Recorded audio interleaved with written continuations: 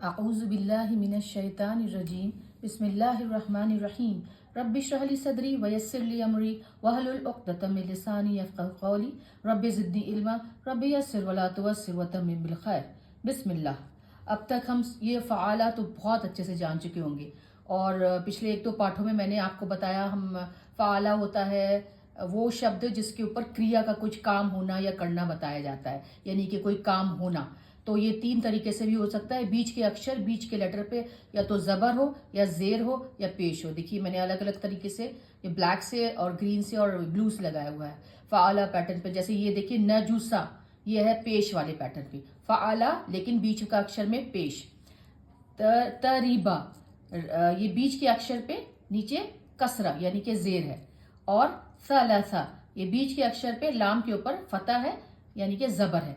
तो ये तीनों तरीके से फ़आला पैटर्न आता है, लेकिन इनका काम सिर्फ यही होता है ये बताना कि ये क्रिया शब्द हैं, ये काम बताने वाले शब्द हैं, ये पास्ट टेंस के यानी कि भूतकाल के शब्द हैं। अब देखिए बड़ा ही रोचक सा, बहुत ही इंटरेस्टिंग एक छोटा सा पैटर्न। हमने बड़े बड़े पैटर्न पढ़े, फ़ाइल, फ़ाउल, फ़ीइल, बड़े बड़े जहाँ पे अक्षर हम जोड़ते चले गए, शब्द जोड़ते चले गए और उनके मायनों में ज्यादा गहराई, ज्यादा तेजी, ज्यादा तीव्रता आती गई। देखिए छोटा सा शब्द है फ़ाइल। अब आप बोलेंगे ये भी तो फ़ाइल है। नहीं, ये देखिए अगर फर्क देखा जाए तो लाम के ऊपर यहाँ कसरा है, सब आखिरी शब्द अक्षर के ऊपर यहाँ पे कसरा है, यहाँ पे खाली है फ़ाइल। और इसका माने जो होता है ना बहुत ही, अगर आप ध्यान नहीं देंगे तो लगेगा कि फ़ाइल भी जो है ना फ़ाअला, फ़ाउला, फ़ाइला की जैसा है। नहीं, बहुत अंतर है, फर्क है। फ़ाअला, फ़ाइला, फ़ाउला जो है ये क्रिया शब्द है, काम बताने वाला शब्द है, कोई काम होना दिखाता है। और फ़ाइल दिखाता है कोई काम जिस पर अचानक से ध्यान चला जाए, बहुत ध्यान खींचने वाला काम, जिसे कहते हैं ना वेरी नोटिसेबल। आपने देखा और आपका ध्यान उस तरफ खिंच गया और आपका रिएक्शन, आपकी प्रतिक्रिया एकदम से हो जाती है उस काम को देख के। तो फ़ाइल देखने में कितना छोटा शब्द है, लेकिन इसका जो मायने होता है वो ये है कि इस शब्द का कोई शब्द देखा, इस पैटर्न पे कोई शब्द देखा और आपका ध्यान फौरन उस तरफ चला गया, उस शब्द के मायने ने आपका ध्यान अपनी तरफ आकर्षित किया, अपनी तरफ अट्रैक्ट किया और आपने फौरन रिएक्शन दिया, कोई प्रतिक्रिया दी। ये पैटर्न अक्सर प्राय प्रयोग में नहीं आता है ना। अब जैसे पहला वर्ड, अब हम जैसे ऐसे शब्द पढ़ेंगे तो हम उसका मायने भी समझते जाएंगे और ज्यादा क्लियर और ज्यादा साफ होता जाएगा। ये भी फ़ाइला भी जो है प्रवर्धित यानी कि बढ़ा चढ़ा के, यानी कि एम्पलीफाइड डिस्क्रिप्शन, बढ़ा चढ़ा के वर्णन होता है।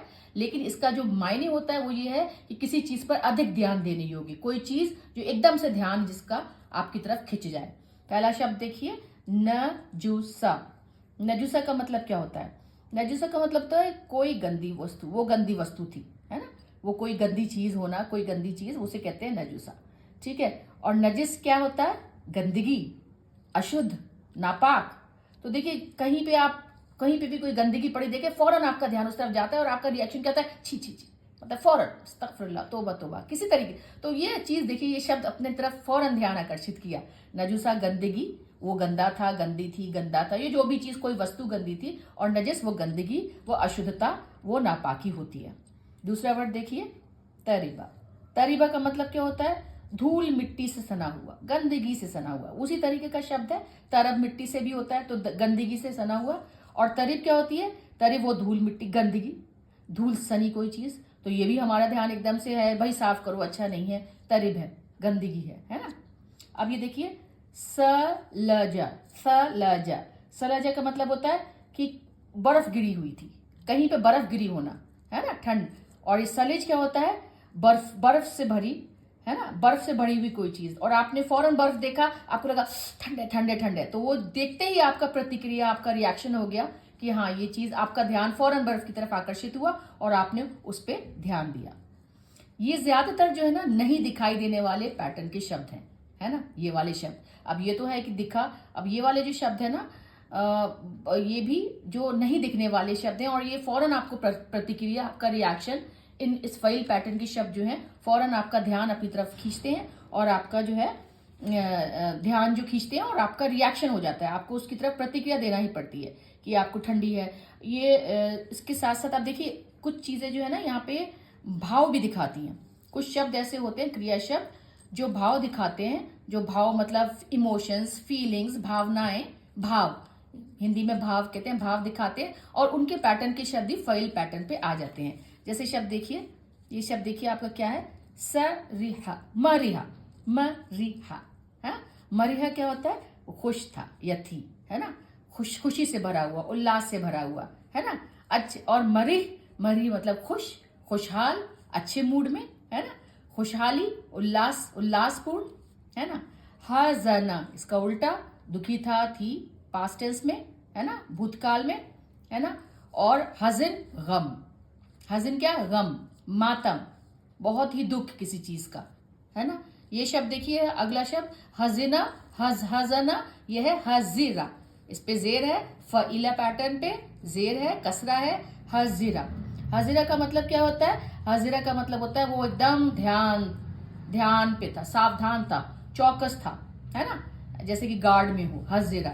और हज़िर वो हमेशा गार्ड में रहने वाला, हमेशा सावधान, चौकस, सावधानी, है ना, बहुत सावधानी से। जैसे कि कोई इंसान टेंस हो, बहुत ज्यादा तनाव में हो, है ना, और वो बहुत ज्यादा, ये बहुत बड़ा इमोशन है, कि हज़न एक इमोशन है, एक भाव है, ये दिखाता है कि, और हमें फौरन पता चल जाता है, दिख जाता है, किसी का टेंशन दिख जाता है, किसी की परेशानी अरे उसके चेहरे पे आ जाती है, ठीक है ना।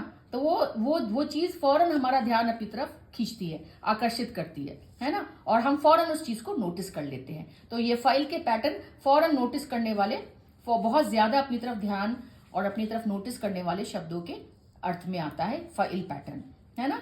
अब देखिए असिफा, असिफा का मतलब वो किसी बात पर अफसोस करा, पछताया, है ना, वो पछता रहा था या थी, पास्ट टेंस में असिफा, है ना।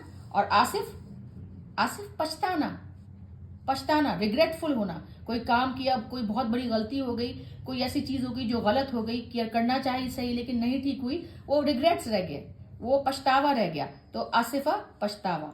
फतना, फतना क्या होता है, वो बहुत अक्लमंद, अक्लमंद था, है ना, अक्लमंदी होना, बहुत चतुर होना, चालाक होना, है ना, बहुत ही ज्यादा अपने काम में, अपनी चीज में माहिर होना, दक्ष होना, ठीक है, ये वो दिखाता है। फतिन, फतिन वो अक्लमंद इंसान जो साफ साफ बोलता हो, साफ बोलने वाला हो, अक्लमंद हो, है ना, और वो बहुत अच्छे से अपने बात को रखना जानता हो, तर्क करना जानता हो, बहस करना जानता हो, है ना।